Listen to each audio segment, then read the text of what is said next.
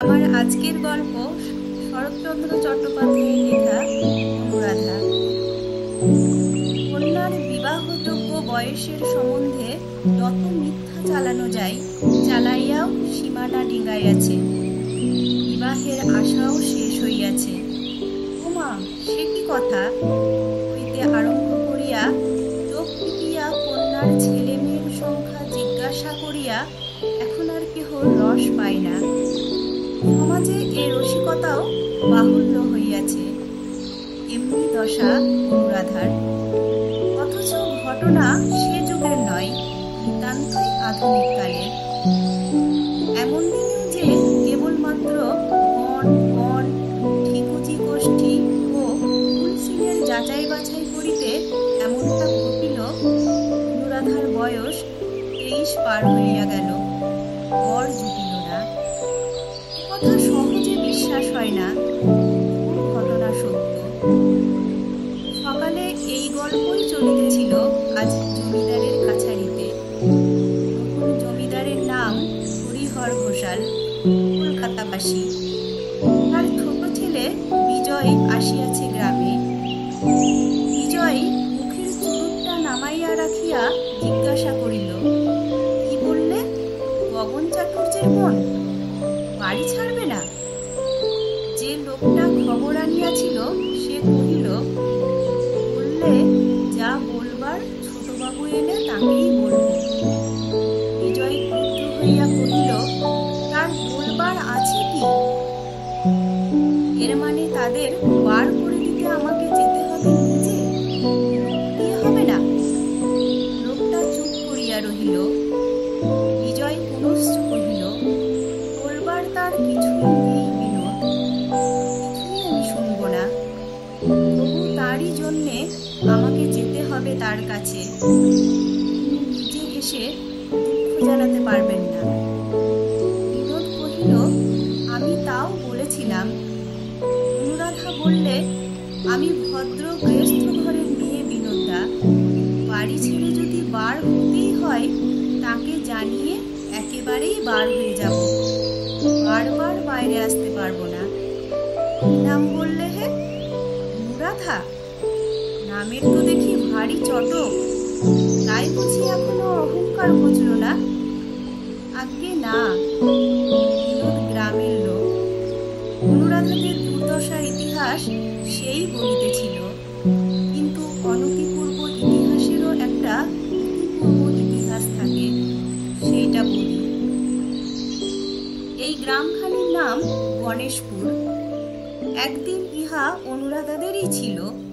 বছর 5 হইল হাত বদল হইয়াছে। সম্পত্তির মুনাফা 1000-2 বেশি নয়, কিন্তু অনুরাধার পিতা অমর চাটুর্যের চালচলন ছিল 20,000-এর মতো। অতএব ঋণের দায়ে ভদ্রাসন পর্যন্ত গেল বিক্রি হইয়া। বিক্রি হইল, কিন্তু জারি হইল না। মহাজন ভয়ে থামিয়া রহিল। চট্টোপাধ্যায় মহাশয় ছিলেন যেমন বড় কুলীন, তেমনি ছিল প্রচণ্ড তার জপ তপ ক্রিয়াকর্মের খ্যাতি। তলাফুটো সংসার তরণী অপব্যয়ের লোনা জলে কানাই কানাই পূর্ণ হইল, কিন্তু ডুবিল না। হিন্দু গোড়ামির পরিস্ফীত পালে সর্বসাধারণের ভক্তি শ্রদ্ধার ঝোড়ো হাওয়া এই নিমজ্জিত প্রায় নৌকাখানিকে ঠেলিতে ঠেলিতে দিল অমর চাটুর্যের আয়ুষ্কালের সীমানা উত্তীর্ণ করিয়া। অতএব চাটুর্যের জীবদ্দশাটা এক প্রকার ভালোই কাটিল। তিনি মরিলেনও ঘটা করিয়া, শ্রাদ্ধ শান্তিও নির্বাহিত হল ঘটা করিয়া। কিন্তু সম্পত্তির পরিসমাপ্তি ঘটিল এইখানে। এতদিন নামটুকু মাত্র ভাসাইয়া যে তরুণী কোনো মতে নিঃশ্বাস টানিতেছিল, এইবার বাবুদের বাড়ির সমস্ত মর্যাদা লইয়া অতলে তলাইতে আর কাল বিলম্ব করিল না। পিতার মৃত্যুতে পুত্র গগন পাইল এক জরাজীর্ণ বিক্রি করা পৈতৃক বাস্তবিকা, আকণ্ঠ ঋণ ভারগ্রস্ত গ্রাম্য সম্পত্তি, গোটা কয়েক গরু ছাগল বিড়াল, এবং হাড়ে পড়িল পিতার দ্বিতীয় পক্ষের অনঘা কন্যা অনুরাধা।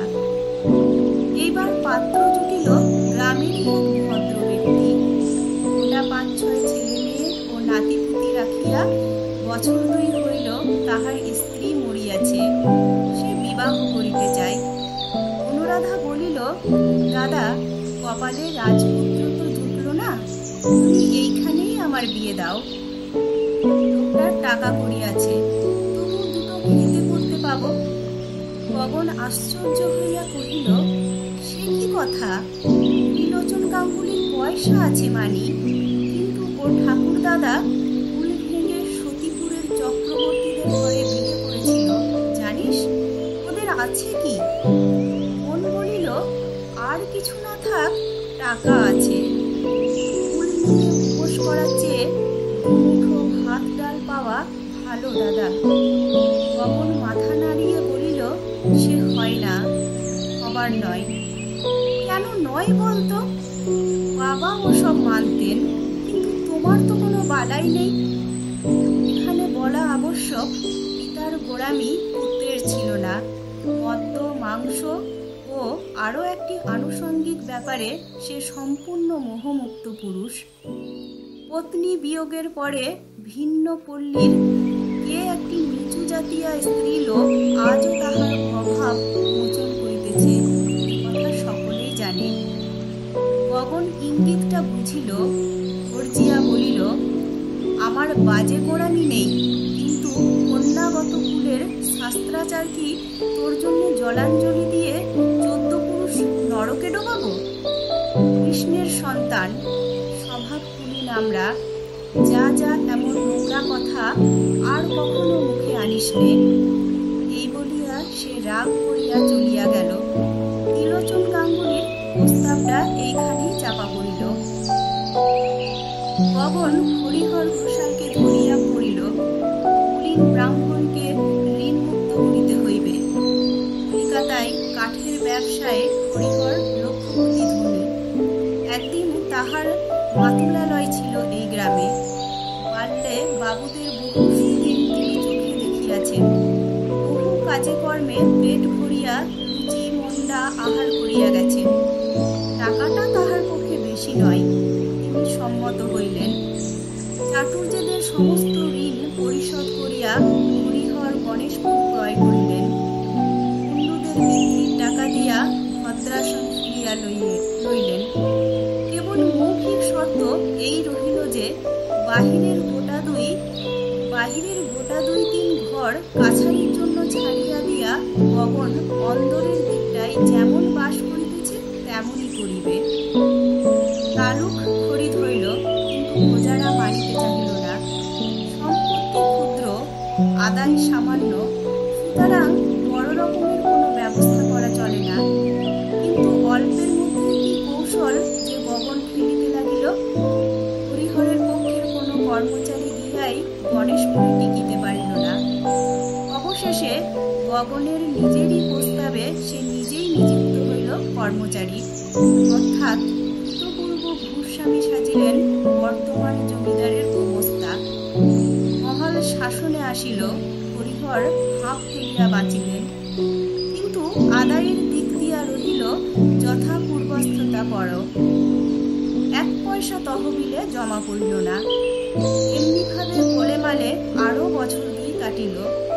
তারপরে হঠাৎ একদিন খবর আসিল, গোমস্তাবাবু গগন চাটুর্যকে চিয়া পাইয়া যাইতেছে না। সদর হইতে হরিহরের লোক আসিয়া খোঁজ খবর তত্ত্ব তলাশ করিয়া জানিল, আদায় যাহা হইবার হইয়াছে সমস্তই গগন আত্মসাৎ করিয়া সম্প্রতি গা ঢাকা দিয়াছে। পুলিশে ডায়েরি, আদালতে নোটিশ, বাড়ি খানা তল্লাশি, প্রয়োজনীয় যাহা কিছু সবই হইল, কিন্তু না টাকা না গণেশ, কাহারও সন্ধান মিলিল না। গগনের ভগিনী অনুরাধাও দূর সম্পর্কের একটি ছেলে মানুষ ভাগিনীয় বাটিতে থাকিত। পুলিশের লোকে তাহাকে বিধিমতো কষা মাজা ও নাড়াচাড়া দিল, কিন্তু কোনো তথ্যই বাহির হইল না। বিজয় বিলাত ফিরত, তাহার পুনঃ এক জামিন ফেল করা রসদ যোগাইতে হরিহরকে অনেক টাকা গণিতে হইয়াছে। পাশ করিতে সে পারে নাই, কিন্তু বিদ্যুতার ফলস্বরূপ মেজাজ গরম করিয়া বছর 2 পূর্বে দেশে ফিরিয়াছে। বিজয় বলে, বিলাতে পাশ ফেলের কোনো প্রভেদ নেই, ওই মুখস্থ বাস করিতে গাধাতেও পারে। সে উদ্দেশ্য থাকিলে সে এখানে বসিয়াই বই মুখস্থ করিত, ইউরোপে যাইত না। বাড়ি আসিয়া সে পিতার কাঠের ব্যবসায়ের কাল্পনিক দুরবস্থা শঙ্কা প্রকাশ করিল এবং এই নড়বড়ে বড় কারবার ম্যানেজ করিতে আত্মনিয়োগ করিল। কর্মচারী মহলে ইতিমধ্যেই নাম হইয়াছে, কেরানিরা তাহাকে বাঘের মতো ভয় করে। কাজের চাপে যখন নিঃশ্বাস ফেলিবার অবকাশ নাই, এমনি সময়ে আসিয়া পৌঁছল গণেশপুরের বিবরণ। সে কহিল, এ তো জানা কথা, বাবা যা করেন তা এইরকম হতে বাধ্য, কিন্তু উপায় নেই, অবহেলা করিলে চলবে না। তাহাকে সরে জমিনে নিজে গিয়া একটা বিহিত করিতেই হইবে। এজন্যই তাহার গণেশপুরে আসা। কিন্তু এই ছোট কাজে বেশি দিন পল্লীগ্রামে থাকা চলে না। যত শীঘ্র সম্ভব একটা ব্যবস্থা করিয়া তাহাকে কলকাতায় ফিরিতে হইবে। সমস্তই যে একা তাহারই মাথায়। বড় ভাই অজয় অ্যাটর্নি, অত্যন্ত স্বার্থপর, নিজের অফিস ও স্ত্রী পুত্র লইয়াই ব্যস্ত, সংসারের সকল বিষয়েই অন্ধ। শুধু ভাগাভাগির ব্যাপারে তাহার একজোড়া চক্ষু 10 জোড়ার কাজ করে। স্ত্রী প্রভাময়ী কলিকাতা বিশ্ববিদ্যালয়ের গ্র্যাজুয়েট। বাড়ির লোকজনের সংবাদ লওয়া তো দূরের কথা, শ্বশুর শাশুড়ি বাঁচিয়া আছে কিনা খবর লইবারও সে বেশি অবকাশ পায় না। গোটা 5-6 ঘর লইয়া মাটির যে অংশে তাহার মহল, সেখানে পরিজনবর্গের গতিবিধি সংকুচিত। তাহার ঝি চাকর আলাদা ঘুরে বেহেরা আছে। বুড়ো কর্তার অত্যন্ত নিষেধ থাকায় আজও মুসলমান বাবুর্চি নিযুক্ত হইতে পারে নাই।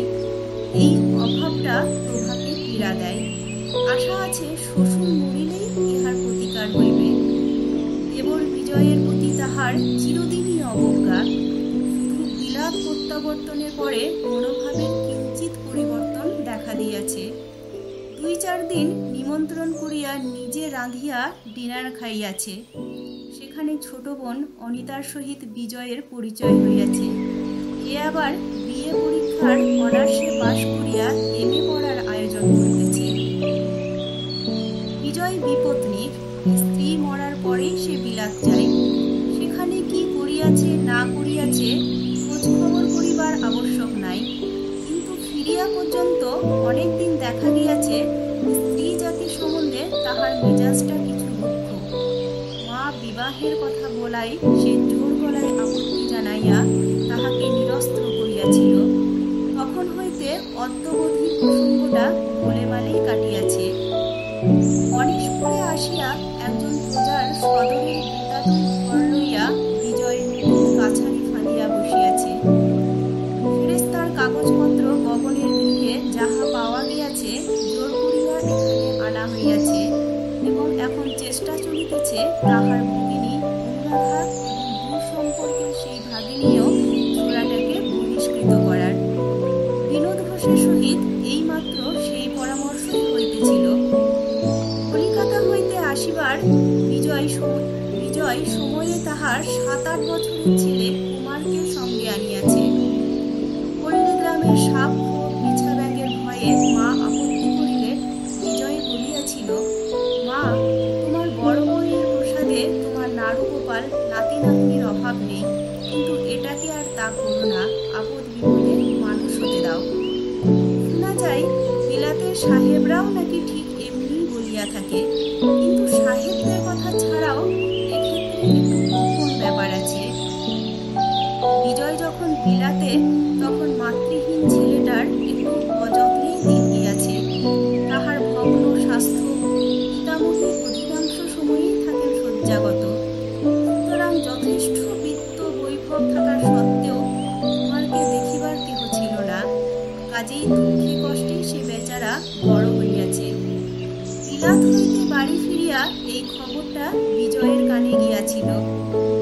গণেশপুরে আসিবার কালে বৌদিদি হঠাৎ দরদ দেখিয়া বলিয়াছিল, ছেলেটাকে সঙ্গে যাচ্ছে ঠাকুরপো, পাড়া গাঁ জায়গা একটু সাবধানে থেকো। কবে ফিরবে? যত শীঘ্র পারি।